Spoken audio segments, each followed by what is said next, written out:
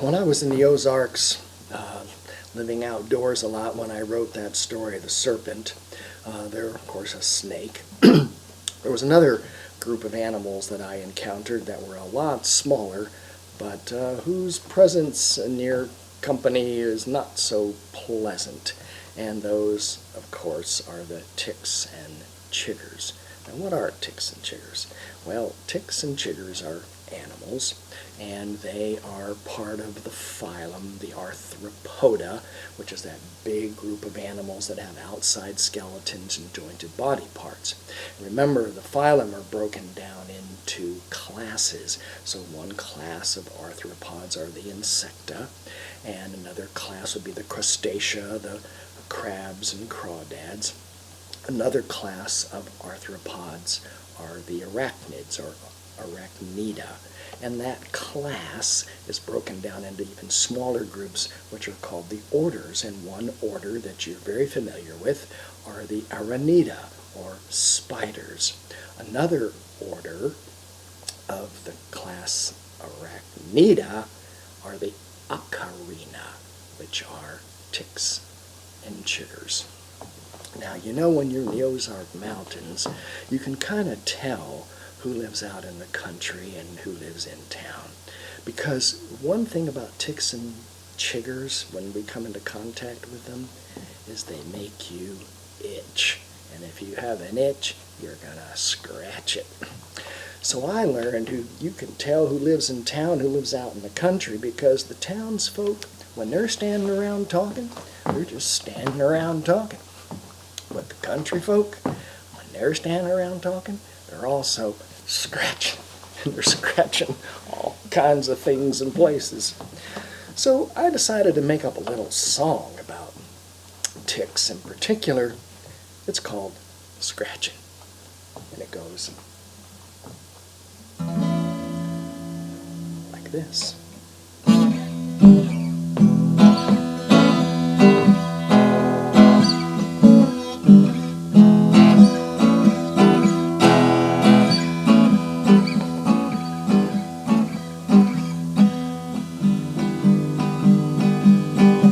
There I was, walking around. I sat my fanny on the ground. It said, chiggers, chiggers, chiggers. It figures that I'd jump up into some sticks that were covered with millions of ticks. And they got me, spot me, dot me, got me.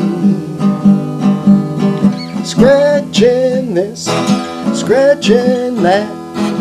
You can't imagine just where they're at, but they get me, get me, get me, get me. Calamine, alcohol, sulfur in a sock. Oh, I've tried them all, but they get me, get me, get me, get me. Everywhere, day and night, I keep scratching, but it ain't right. That they get me, get me, get me, get me. Scratching this, scratching that. You can't imagine just where they're at, but they get me, get me, get me. Now bet me that I wish I was a dog with four big paws and lots of claws that go scratching, scratching, scratching, scratching.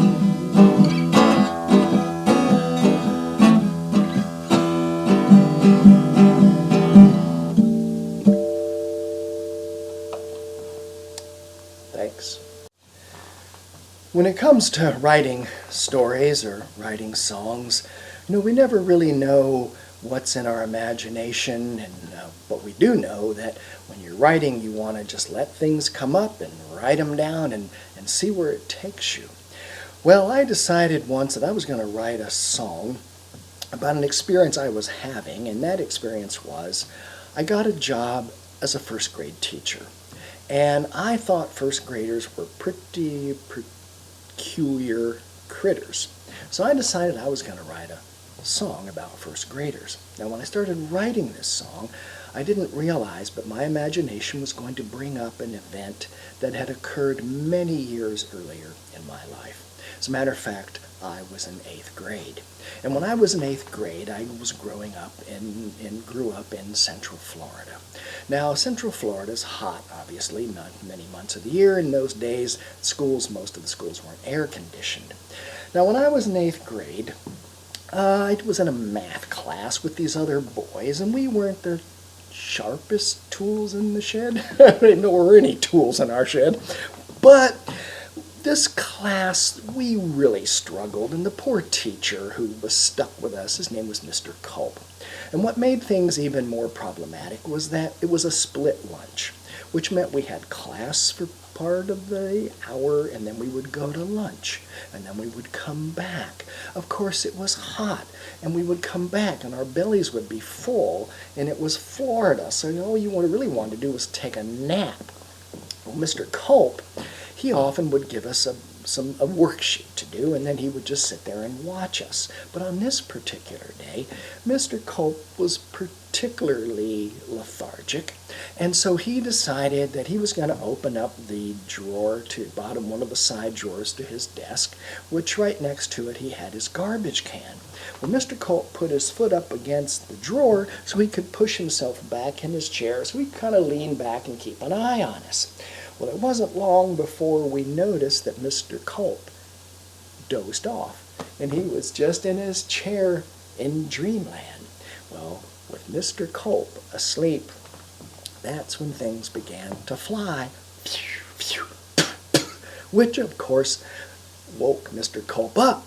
And he was so startled, and I think probably embarrassed that he had fallen asleep, that when he took his foot off of that drawer and put it down, his foot did not go onto the floor. It went smack dab into his garbage can, which of course was even more hilarious. And I can't remember if Mr. Culp had a sense of humor about it all, but I think he did.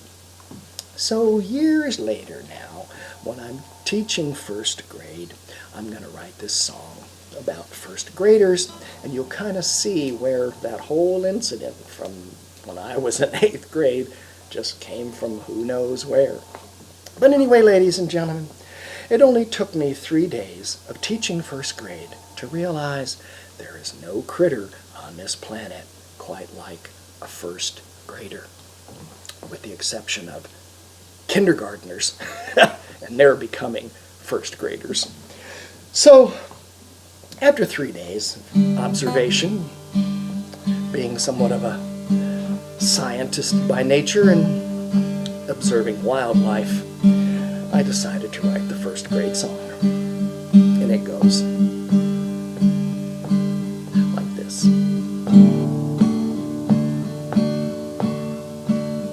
Sitting in my seat, picking my nose, licking my fingers, nobody knows.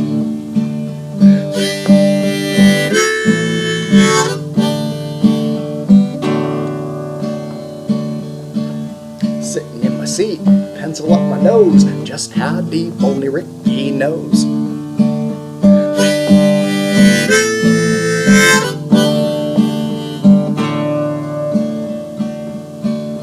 Teacher walked in, slipped in the sand, put her foot in the garbage can. I looked up, what did I see? There was the teacher looking at me.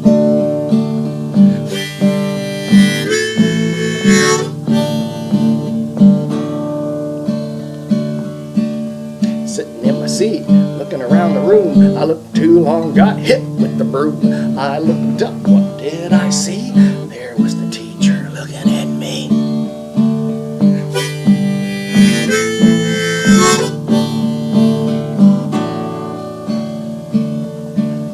Walking outside, feeling the trees, here comes the sun, oh there goes the breeze.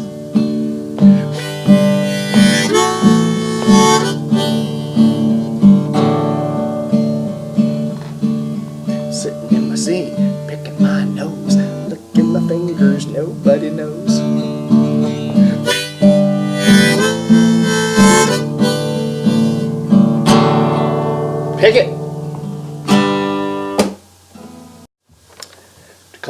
storytelling session with you today. In that ancient tradition of sharing magic, I'm going to take a piece of paper, an ordinary piece of paper, and I'm going to suspend it in the air right now in just a moment in front of your face and in front of mine without using my hands. And you can kind of tell this is not going to be an easy magic trick, because if you let something go, we know this before, we've talked about it already, because of gravity, it's just going to want to go down. Well, not this time, because magic is powerful stuff. And so, ladies and gentlemen, on the count of 3, I'm going to make this sheet of paper stand right straight up, just like you see it, right in front of your face and mine, without the use of my hands. And please observe, there's no string, there's no wire, there's no trapdoor. The only thing in my hand is this sheet of paper, and it's not going to be there for long. And here we go. On the count of 3, Rick Rogers, storyteller, author, magician, will defy gravity once again and will suspend this piece of paper in the air without the use of his hands, my hands. On the count of 3, are you ready? 1, 2, 3.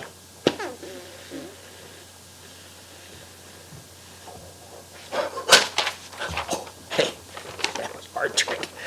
Don't try that at home. Could be dangerous.